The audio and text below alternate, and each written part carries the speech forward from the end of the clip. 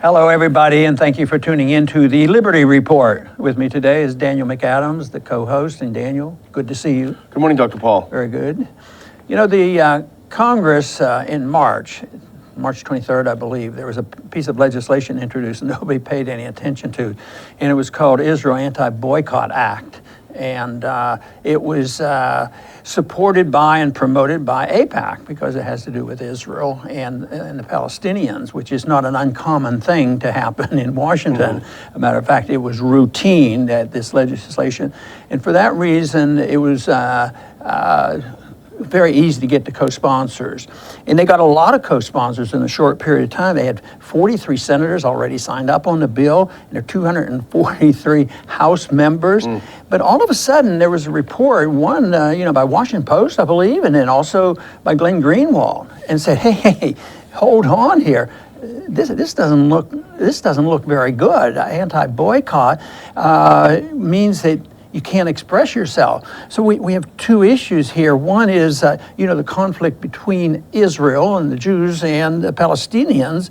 That is an issue that's been going on for a long time, and we're not going to settle that today. But the question is, and what is being questioned now by people who are very pro-Israel, are saying, maybe this has gone too far. Maybe this now is an issue of free speech because we can look at our recent history, the civil rights movement and, movement in South Africa on apartheid, that boycotts are very good. They're ongoing all the time, but this looks like they were signaling out one particular group, college campuses and the worst. You can't do this. You cannot,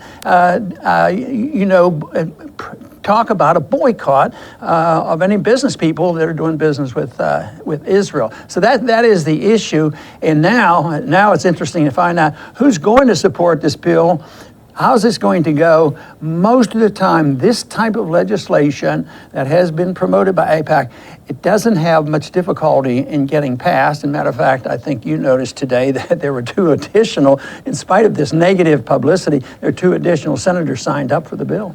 Yeah, and I think what got people's attention is a couple of things. First of all, the draconian penalties. So if you happen to disagree with the policies of the government of Israel, and you decide I'm not going to purchase something made in Israel because I don't like their policies, nobody's going to know that because that's in your mind. But if you happen to go on Facebook and say, I didn't like Israel's policies, I'm not going to buy this product, if this bill passes, you could face a civil penalty of $250,000 and a criminal penalty maximum of $1 million plus 20 years in prison. It's a felony. So the penalty is so draconian for doing something that, as you say, is part of our history. Even the American Revolution was started in a boycott. Well, this idea of promoting a boycott is what you're talking about on the internet or telephone or just organizing and having groups.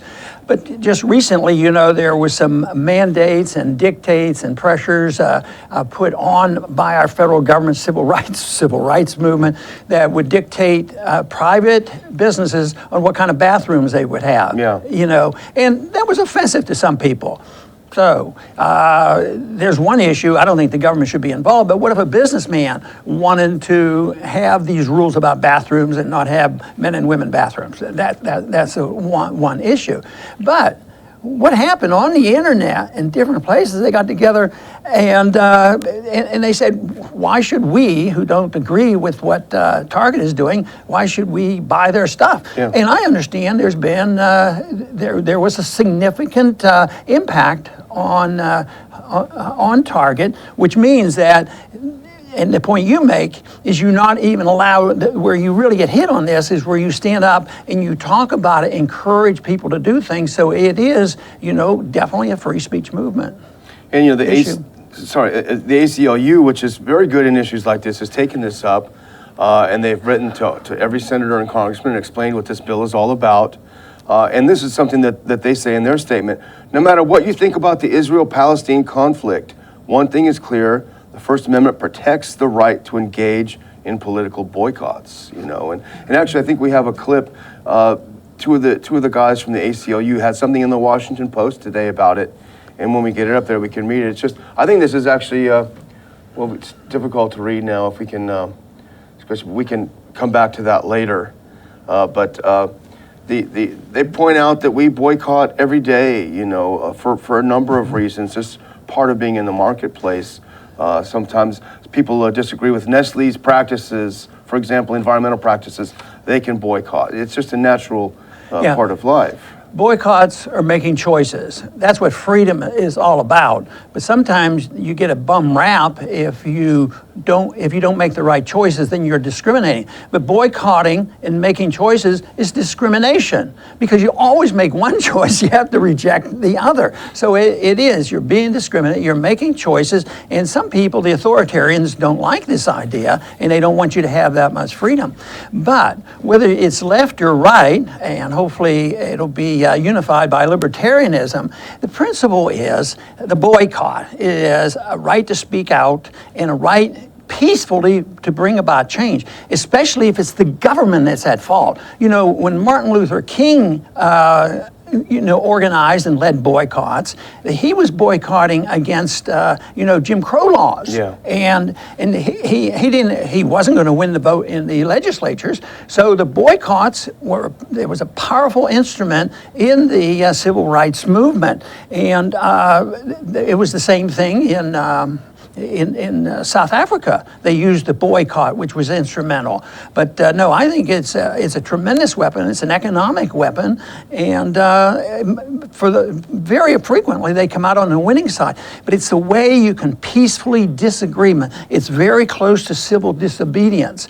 It doesn't immediately invoke disobedience of the law, but it's a challenge. But they're very much close together. Having boycotts, especially if there's a mandate, if the government is trying to protect that boycott and you still organize your boycott, then you are practicing, because there's a law, you're practicing civil disobedience. And of course, those who believe in peaceful civil disobedience, which I strongly believe in, is that is the way you bring about. To me, though, this is a demonstration. I think we've already seen some evolution here in the positive side just in a short period of time. Nobody heard of the bill, and it's been since March. And then all of a sudden, there's a lot of articles now. And one, I think it was Joe Kennedy, who's a grandson, Joe Kennedy, said that he's restudying this. And there's a bunch of them restudying it now. There were some interviews of members who were co-sponsors, and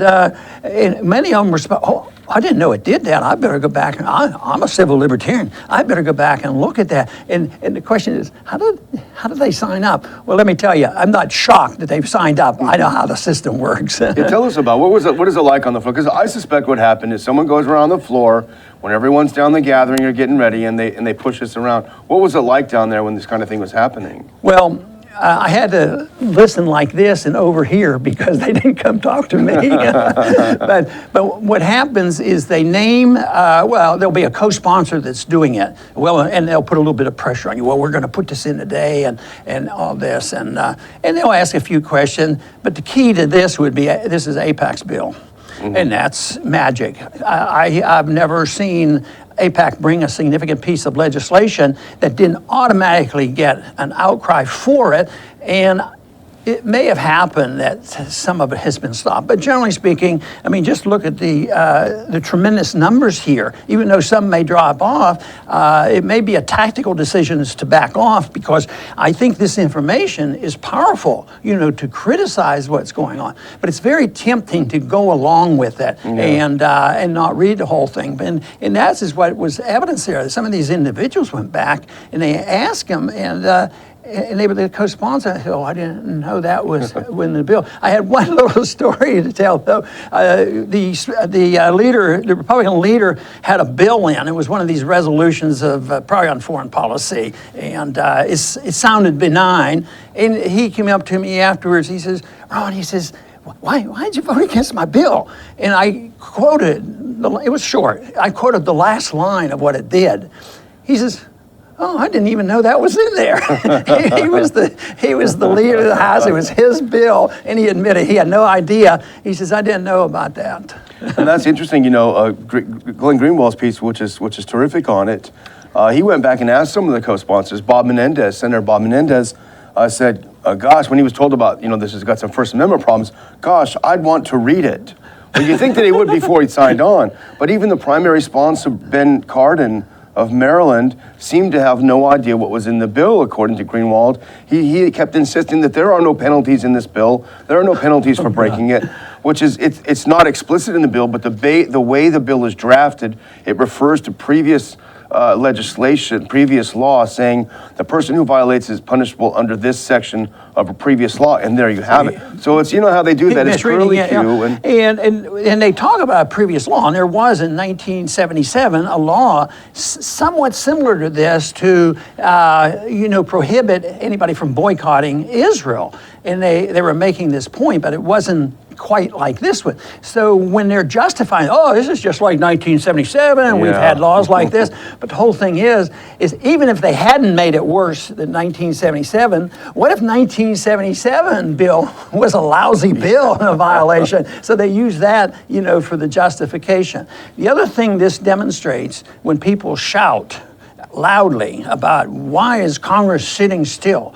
Why don't you work together? Why isn't there bipartisanship? Well, by golly, there it is. There's the bipartisanship. And so often, when it comes to sanctions, we complained the other day, bipartisanship. And it looks like bipartisanship may well win out in keeping the government very much involved in the delivery of medical care, and that Obamacare won't be extinguished. I mean, it's going to be there because bipartisanship has ruled, and they have come together, and yet the people, especially the people who would like to take care of themselves, are left stranded.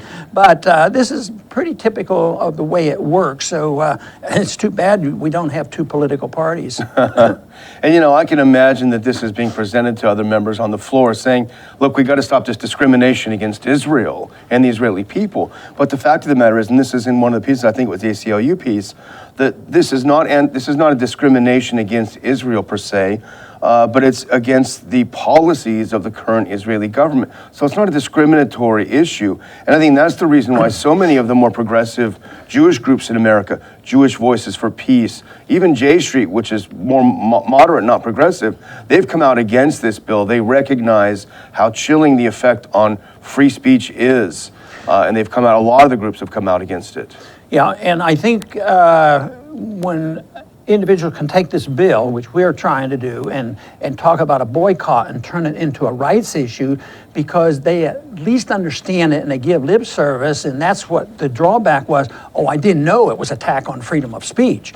But of course, it's also a property rights issue. I see property rights as important in speech, but the subject of the right of free speech gets the attention of a lot of liberals. It should get the attention of all of us. But to me, it's more than that. It has to do with people's property rights. And when you get into the discussion of Israel versus Palestine, there's a lot of dealing with property rights. But this bill is dealing with principally whether or not a boycott can be a right, and what they're doing, and what Greenwald's upset about it. This is not a mild little change. This is something that he said that he hasn't seen anything like this in a long time. Our country is always tempted to use authoritarianism to tell people what to do, especially even during wartime, even during World War I and all. They do attack civil liberties, but this one's going a long way to attack civil liberties by essentially outlawing a boycott that we don't like, or the government doesn't like, and that, of course, is wrong. And I think if I can just summarize what we said from my perspective, it doesn't matter your position on the Israel-Palestine issue. It doesn't matter if you're super pro-Israel.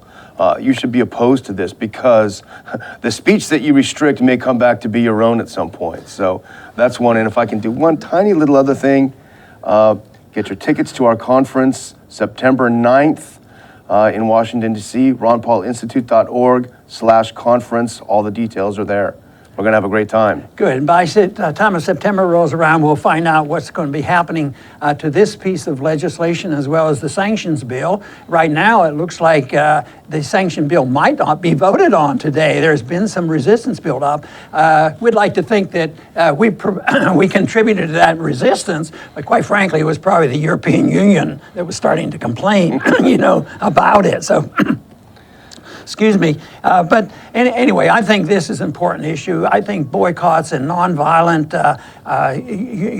is the way to go. We want to have resistance. We want to use nonviolence, and it is. The pen is more powerful than the sword. Of course, there's a lot of swords out there that we have to deal with. But ultimately, ideas have consequences. I think this is an example of what turned attention to something because somebody looked at something more carefully, made an announcement. So even those who have been supporting this bill and an attack on boycotts have suddenly said, well, maybe we should reassess this. It'll be interesting to see where this bill will go in the next week or two or three. Maybe they'll take it out and change it a little bit. Instead of $1 million fine, they might lower it to $500,000. And see, it's not quite so bad. But anyway, it's an important issue. I think the boycott is an important issue, and nonviolence resistance is very important. And I think that is the way we should bring about changes. And I think the best example of that is the movement that Martin Luther King led during the period of time for civil liberties. I think getting rid of bad laws is essentially what King was doing by getting rid of all the Jim Crow laws is the way to go. So you want to get rid of these laws that are bad because I think making choices and being discriminate and picking and choosing and having the right to pick and choose and boycott what you want, that's the way to find a more peaceful answer to our problems. I want to thank everybody for tuning in today to the Liberty Report. Come back soon.